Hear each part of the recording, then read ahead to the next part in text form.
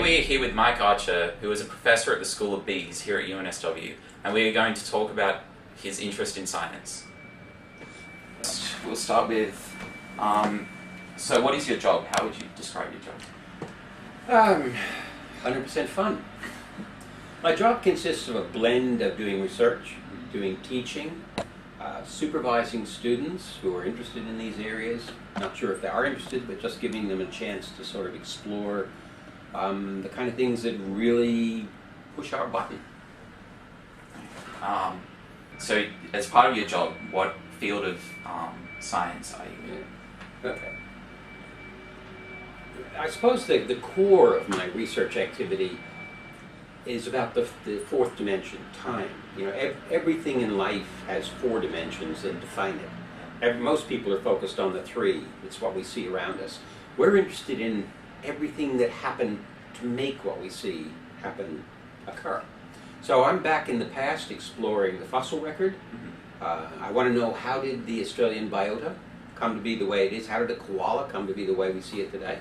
For that, we need to go back in time and document, if you like, the dandruff of life that's been accumulated in the rocks coming up through time. Now, there is an emergent aspect about this work that takes me into other types of research activity. One is, we see animals emerging but also going extinct. We see life struggling with the battles to survive. But that's going on today as well. And to understand how to keep an animal that's struggling today to survive some pressures or environmental change, it's useful to know how have they done it in the past. What's enabled them to stay healthy into the present? And therefore, what do we need to understand about how to keep them going?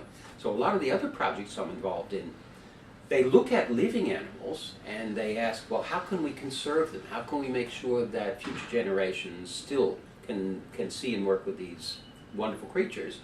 And we do that by asking the question, well, what's the fossil record tell us about how they've changed to become the way they are? And what are these forces that go into the future? What do we need to do in innovative conservation strategies to secure them? Yeah, so I watched your video on the thylacine, and I found it interesting how you thought that the basis of what you were doing was based on moral imperative, Absolutely. rather than the whole idea of science being about discovery. And I found that really interesting, the intersection of morals and ethics. Yeah, I mean, a lot of people think scientists are unethical. Yeah. They just do whatever amuses them. But actually, most scientists I know are riddled with ethical foci. And this is certainly one of mine. If we are the reason something not good has happened in the world, and as scientists we might be able to change this, then that's some of the most exciting areas to get into. And the de-extinction projects are of that kind. Really, sounds like a great career. What would you say would be the best part of your job? I can't think of it. If you flipped it on its head and said, what's the worst part? Well, that was my next question. Because I can't think of any bad parts of my job. Of the normal strategies like teaching, research, these are all great and a lot of fun.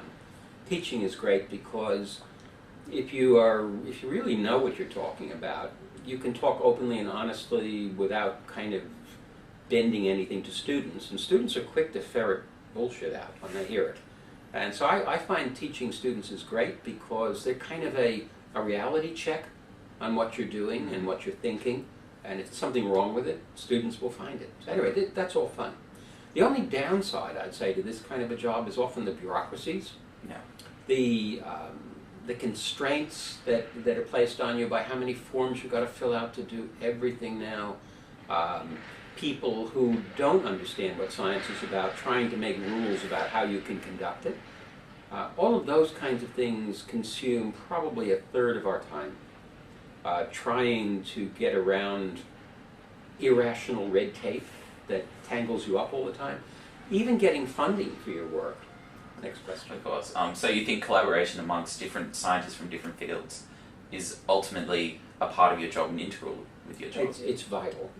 While I was Dean of Science, I considered that one of my biggest challenges was to look at the structure of the university, or the structure of the Faculty of Science, which is siloed. You've got 10 schools with people in them feeling that they are working with the people who they should be working with. And you get a kind of a virtual wall around the physicists and the biologists And breaking through that wall is hard. What I wanted to see more of, and still do, is to make sure there are bridges between these silos, and to make these bridges powerful, between physics and biology, between physics and medicine. The most exciting things happen when you do paradigm shifts, when you have somebody from one discipline looking at the problems in another discipline in a way that the people in that discipline maybe never thought of before. Even in my own field, we didn't know what killed the dinosaurs until it was a physicist who worked out that some unique little element, iridium, in the rocks that occurred at the point where the dinosaurs disappeared could have only been produced by a meteor coming in. Bang! So what I wanted to see in the university is these bridges become so big that they actually tip the whole organization over on its side, and the old silos become irrelevant, and it's these bridges that become the new focal point for the university, for the Faculty of Science.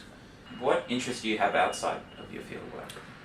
A lot, but inevitably they tend to thread together. Like, for example, I devoured science fiction when I was a teenager, and I still love it, and fantasy. I mean, a movie like Avatar could just send me over the moon. I just love this, literally over the moon. It's fascinating stuff. So I probably consume 3-4 DVDs a week. I'm digging into all kinds of strange places to get fascinating ideas. After all, maybe 90% of what was science fiction 20 years ago has lost the fiction bit, and it's on the table as science now. And I think that's what's really important about when people cut their imagination loose, as happens within the movie industry, often working with scientists to say, well, what do you think could happen here? And suddenly you've got a vision presented to you, and this excites people. Every year I lecture in Science in the Cinema about, we're supposed to be picking these science fiction movies apart and saying what's wrong with them, but I actually find it more fascinating to say what was right about them. You know, what did these movies anticipate that was silly at the time, but now has actually happened? I do Jurassic Park, boom, boom. So I'm actually talking about the possibility that we are going to bring extinct animals back. I don't want to ridicule the movie. So yeah, science fiction, I read a lot of that, and movies in general. I've got probably 2,000 or 3,000 DVDs. You want to borrow some? I thought I was impressed with 400, but nowhere near. Another devotee. I'm also into 5-string banjos. I grew up in Appalachia, so I was pretty focused on making moonshine and playing hillbilly music and stuff. That's a pretty deep entrenched part of me at this moment. So, yeah. So, going back to your university experience, what are your greatest memories of university, and how did your university life affect your future career? Undergraduate university? Yeah, undergraduate. Yeah, I went to Princeton University in the U.S., which is a good Ivy League university. But I went into that university absolutely convinced of what I was going to do for a living. From the age of 11, I knew I wanted to be a vertebrate paleontologist.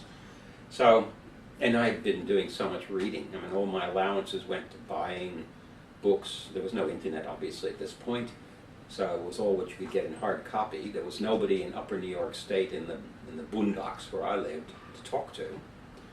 So it was what I could get through books. And by the time I hit university, I was pretty much fully aware of all the things that were part of the undergraduate programs in Princeton.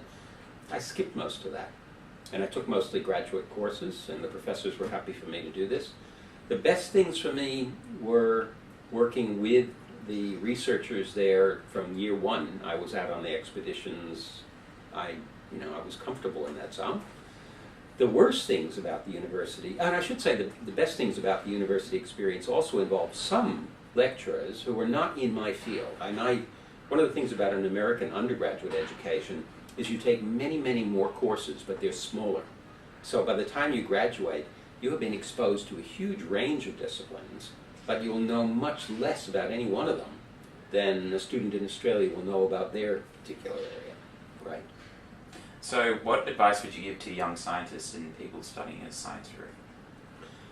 Well, I guess one bit of the advice I would give is one bit that you can't follow, and it's to say don't get too pigeonholed. Even if you're pretty sure what you know what you want to do, take as much around it as you can, because, as we know, almost everybody these days is going to have two careers. Somewhere along the line, you're going to change horses and you'll be doing something else. So to the extent that you have explored other areas, you're better prepared to understand what other things might interest you. So stay broad. I think that's all. Thank you for talking with us.